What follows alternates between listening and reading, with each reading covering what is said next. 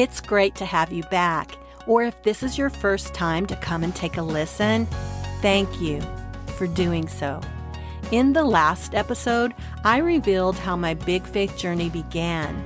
In this one, entitled Happiness is Lubbock, Texas, I will share where my faith went from there and how I kept it going. It is very tough in this world with so much going on and so much going wrong. It's hard most days to keep our chin up.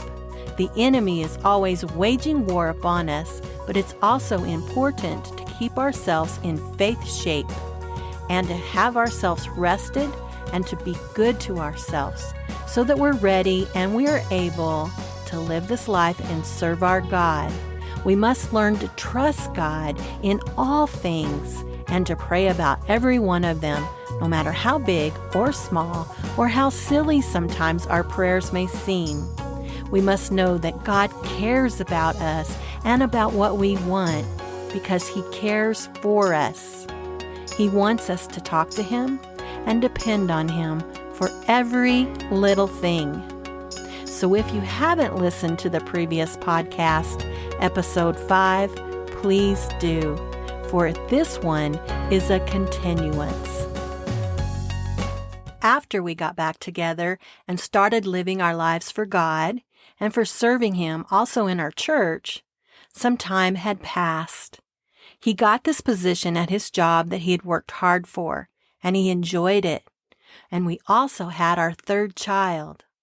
Life was moving along until one day he came home and he said that he had been demoted to a night shift and that they didn't want him to be upset and quit, so they gave him a week off to rest up and to think things through so as not to make a hasty decision. My immediate question was, so they gave you a week off with pay? And he said, yes. So we can take this week and go find a whole other life? He said, well, we really can't afford to do something like that right now. As he listened to me speak about all the things we could do, he began to get excited.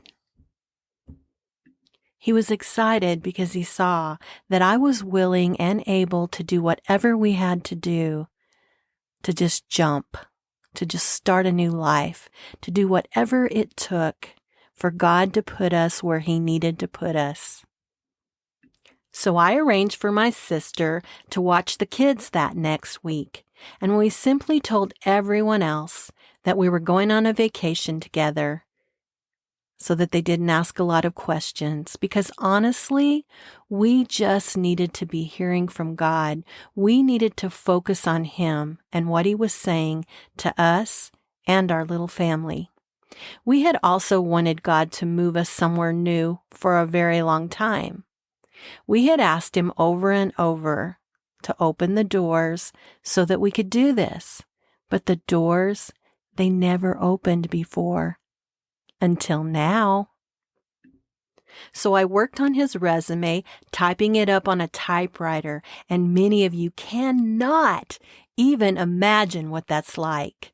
I couldn't mess up and show my pasted up errors. I don't know, some of you may remember the correction tape that you had to put in there, or the little ink stuff in the bottle that was paste, and you had to paste that on there and wait for it to dry so that then you could backspace with your typewriter and then type over it again. It is nothing as nice as the computers today. We packed up and we arranged everything for our kids, and we gathered them all together in our living room, and we prayed about what was about to happen in our lives as we thanked God for this opportunity. I asked my husband, where do you want to go? And he said that he wanted to go as far east as Amarillo, Texas, and that they had a shop south of there in Lubbock, Texas, and that we might consider going there. So we were off. We were off on our trip, on our new adventure. We had had our house up for sale for about 4 months. So we told our God, do what you have planned in our lives, Lord, and make a way. As he drove, I read the Bible out loud, and we prayed going down the road. We were so excited because we felt it. We knew it. We knew God was doing something in our lives, but we were not sure how it would all play out. We got to Amarillo and we checked into a hotel, and we got down on our knees beside the bed and we thanked God. We thanked Him for safe travels and for the rest we were about to have. We thanked Him for what He was about to do in our lives. We rested and we got up some hours later and we prepared for our day and we had breakfast. We knew where we were going for Him to seek His work, and that was the plan. We knelt down at the side of the bed together, holding hands, and prayed for our day, our search, and we thanked God, and we went on our way. We got to the place of business where we wanted to be, and we read their story, and we knew that they were godly people, and we were getting more and more excited. The interview, it was quick and it was good, because once they saw his resume, they said, well, we don't have any immediate openings right here at this location, but we have one in Lubbock. Are you interested in maybe that area? We said, we sure are. And so he got on the phone and he called the man down there in Lubbock, and he said, hey, I have a guy here that has a damn good resume. Do you think you want to talk to him? And as he began to hand us the phone, we both just said, tell him we're on our way. And we got in the truck and we began driving south to Lubbock, Texas. And the excitement was growing as we looked at the countryside, which was so different than what we were used to. We got to Lubbock and we both were in the interview, and he got the job. They asked if we wanted to meet up on another day to go over some other things, and we said sure. So we drove back north to visit our brother who was in Kansas, and we stayed with him. We were excited because this meant that we would be closer to him and his family, and we could spend time with them. So we visited a day or so, and then we drove back to Lubbock, where we met with all of those that we needed to. We agreed that we would be back in 6 weeks, for we had to go home and sell and pack up and move. And then we drove around looking for houses that we could lease. We simply wrote the numbers down on a piece of paper and a brief outside description and the whereabouts. For once, our desire to move after 10 years of marriage, God was opening this door. It was opening. We could hear it. We could hear it creaking open. We were so excited that we wanted to roll our windows down and yell at all the people we saw and said, hey, we're moving here. They would have thought we were terribly crazy, but that's how happy we were. But you know what? As we got to the hotel, we began to feel some disappointment. We knew that our house had been on the market for 4 months, 4 very, very long months, with nothing happening with the sale of it. But the discouragement soon went away when God told us that He was going to be our real estate agent, that He was going to be selling it for the price that He knew we needed to have, that He would send the people, the very people that He wanted to live in our house, to come and buy it.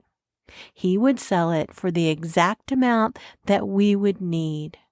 So we went home and we painted on our big living room window, which was about a 9-foot by 5-foot window, with white paint which said, "Must sell fast."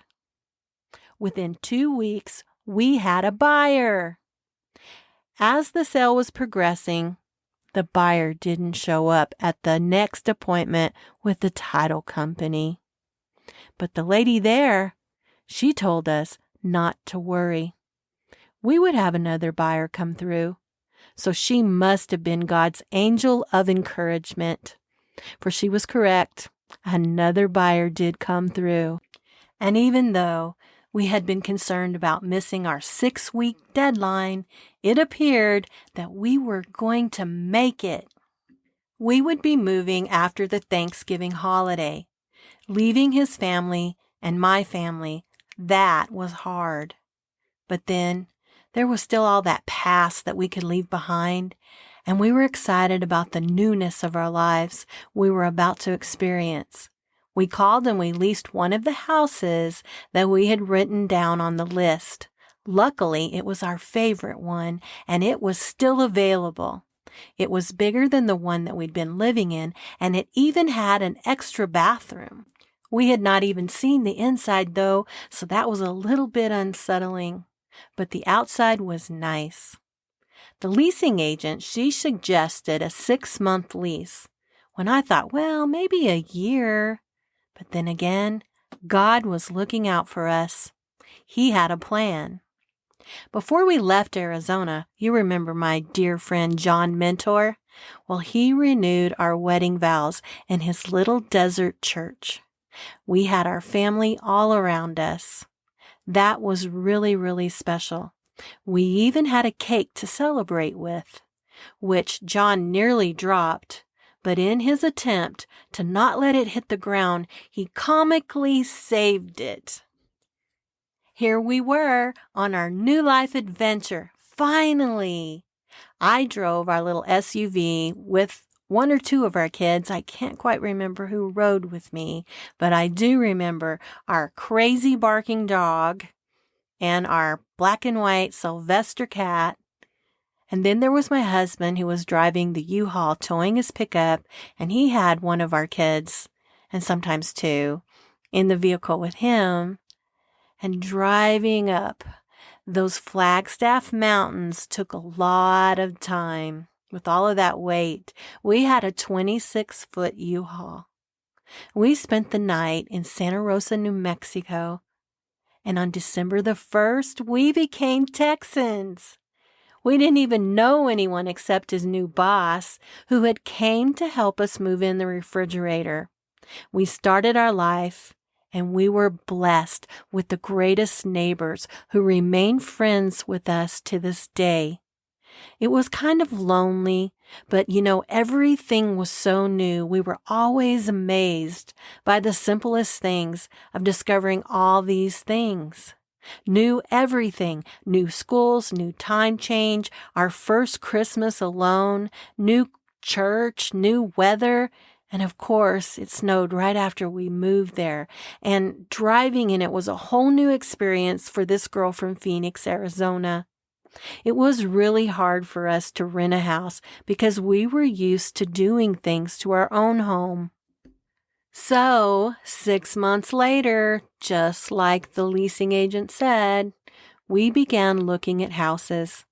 After our kids had just started a new school, they were going to bus our first grader across town and separate her from her brother.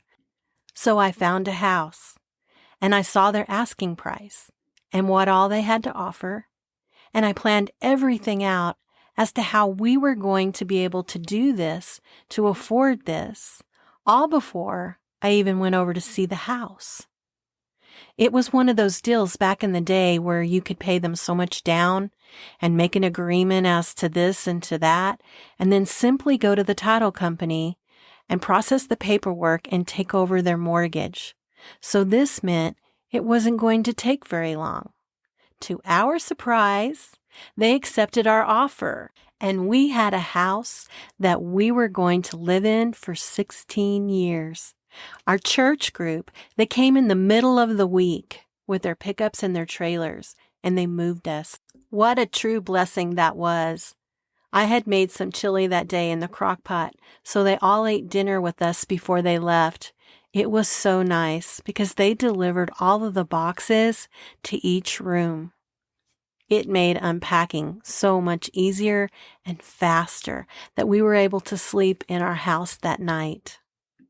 As we got to looking at our expenses and our 2 moves in the past 6 months, God being our real estate agent who sold our house, He sold it for exactly to the penny what we needed to get established into our very own home in Lubbock, Texas. God is so amazing. We worked hard, and my husband, he worked 2 jobs at times. I began my preschool business up again, and that is where I met my Marie, which I've shared with you before. We met so many wonderful people who helped us make this our home. We had such wonderful neighbors, and our kids had great friends. They all rode the bus together to the same school from kindergarten to 12th grade. Even our bus driver was such a blessing to us and someone that I trusted to get our children to and from school safely, especially in that icy and snowy weather that I haven't cared very much for. I told my husband and myself when times got tough and we missed our family that I would give it some more time. I just felt like that if I gave up, I would regret it. And going back not knowing if only I would have pressed on a little bit longer, it would have got better. And you know what? It did. It did. Lubbock was our home, a place we grew and we changed so much and we became a stronger family. We visited our families often and it took a lot for us to do that, but we did it. I went to college while living there, and it was truly a wonderful time in my life, something I do not think I would have done had I remained in Arizona. 16 years. That was our home. And you know what? To all of those who said we'd move back and we wouldn't make it, we made it. So after 16 years, we felt God pulling us away from Lubbock to a new place. But we were not sure where it would be. Our children, 2 of them grown, and our baby would be entering her senior year of high school. We just prayed together, and God began opening doors again. My husband was accepting a new position with the original company that we moved to Texas for, but 120 miles south of Lubbock. At first, we turned them down, and then they called back with another and a better position. We accepted. So he and our oldest daughter, they took off to go to work there, and the company paid for them to stay in a hotel. We again asked God to be our real estate agent, for He already knows who He wants to buy our house, and He already knows which house that He has planned for us to buy. And it is all in His timing of these things. Remember that.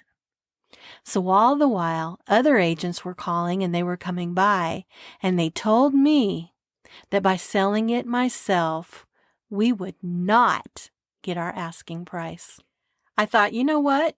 You are right. For then, if I used you, I would also have to pay you your commission. Now, I don't want to take away from the quality and the service and the helpfulness that real estate agents are to us. I am simply pointing out that this is something that I've already had some experience with, and I knew the most important thing, even if you do have an agent, is to trust God in it. To trust God in it. Trust Him to give you what you need. Trust Him to bring the buyer. Trust Him to know which home He wants you to have. He has a plan. And I was truly in tune with that plan. Even though I didn't know what all the plan was, I trusted my God. I told our youngest daughter that our job was to sell the house, so we held open house each and every night, as well as on the weekends. Just 3 days in, we get a buyer who wasn't even looking for a house, but saw it and stopped and took a flyer as they drove down the street. The wife said to the husband, "We can go look at it right now because they are having open house." Since our house was now sold, the search now began for our new home, and the first house that we connected with online, we prayed over it. We prayed over it. It seemed to be what we wanted. So when we came down to look at it, we had stayed in a hotel room. And so that morning before leaving the hotel room, we all gathered together in a circle and held hands, and we prayed about our house. And we told God, God, there isn't any reason why we need to keep looking at houses. Whenever you already know, we're acknowledging that you already know the house that you would have us to have. And so we ask that you just send us to it. Show us the one today, Lord. Show us the one today. As we were looking at this house, we began noticing that it had everything that we had ever said that we wanted, and at times had forgot that we said we wanted them. But God, He had not forgotten. The street was even named after my husband and my son. God is so good, and He surely blessed us. When we left Lubbock, my husband was driving a big truck, a truck leased from the company he was working with. It had all of our stuff in there, and we had a driver. This time, we had a driver in each of the other vehicles because our kids were all driving. We were a caravan, and we made our way to our new life. We had to live in a Motel 6 for a week, though, because we had 4 kids, 2 dogs, a fish, and a cat. And I made sure that on my way out of town, I dropped off some cards to the real estate agents, letting them know that I got my full asking price. Plus, because I sold it myself, the company that we work for, they paid the closing cost for us and the buyer on the house we sold, and the closing cost on the house that we bought. What a blessing God gave us. We had had an exchange student the year before, and he had came back for a visit, and he helped me pack, and he helped us move. He was surely a blessing too. We had another student, this time a girl. She was coming to live with us that year, and this way she would be going to the same school with my daughter, who would finish up her last year of high school. This girl, to this day, is part of our family. The girls didn't have to start a new school alone. Our older daughter was working and then later continued her education. Our son was working and finishing out a contract on his job, and he would be moving the next year from Lubbock to us. We just felt so blessed that our family would all be moving together. But a few months into this move, one of our many conversations that my son and I had over the phone during this time, we were talking, and I was telling him how nice it would be if my parents would move here. He simply said, "Mom, just ask God for it. He cares about what you want." I responded with, "You're right. God does care about what I want." So we decided to start praying about it and not tell them that we were praying about it. This was January. And to make a longer story short, God does care about what I want. At the end of July, we were moving my parents, my sister, and my nephews into their new home a block over from us. They lived there for 6 years. We got 6 years of life with them right here. I would wake up each morning and feel like it was Christmas. There were some tough times and adjustments and all those kinds of things that goes with it. But my dad got sick and he wanted to move back to Arizona, so they did. It was really hard on me especially. But in time, I too moved on in my life. In my first podcast, I had shared with you my college experience. Well, I don't know that I shared with you the fact that I went to junior college with our son. I later was earning my master's degree when my older daughter decided to go earn her master's degree as well. So we did this together. After my family had moved back to Arizona, I went to work co-teaching with our youngest daughter. And then after that, I went to work alongside my husband. I said, I sure am glad that my family likes me. Our little family, it has grown, and we now have 6 grandsons. It will be 33 years since our first big move, y'all. Not always fun, not always easy, but God, He has always had His hand upon us.